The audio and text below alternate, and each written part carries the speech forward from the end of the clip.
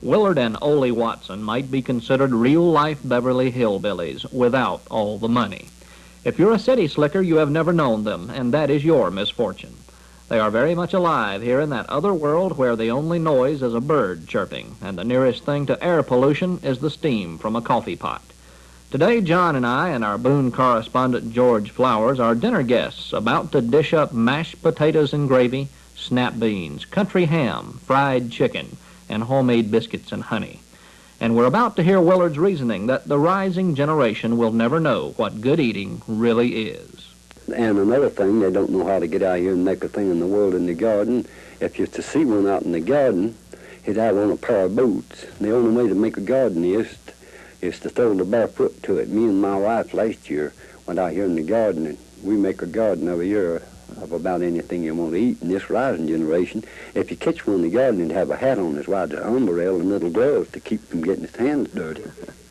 And this here rising generation in 20 years from now, I don't know what they're going to eat, because if they had plenty to eat, they'd all be too sorry and lazy to fix it.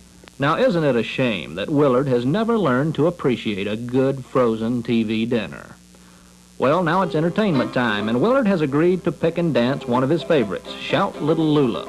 Willard's flat-foot dance is legend down at the Darby Community Hall.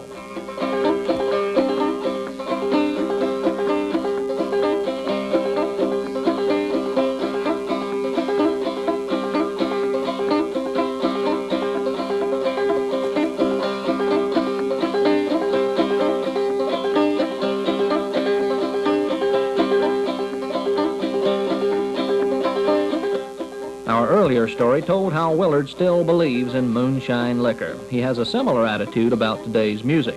This new music he draws is just like this new whiskey. It just ain't much good. Well, before we leave this versatile mountain man, we might as well take a look at his hobby. Willard took up wood carving a few years ago, and now he complains he's in it too deep to get out. It's profitable, but it seems you never have enough of what people want, says Willard.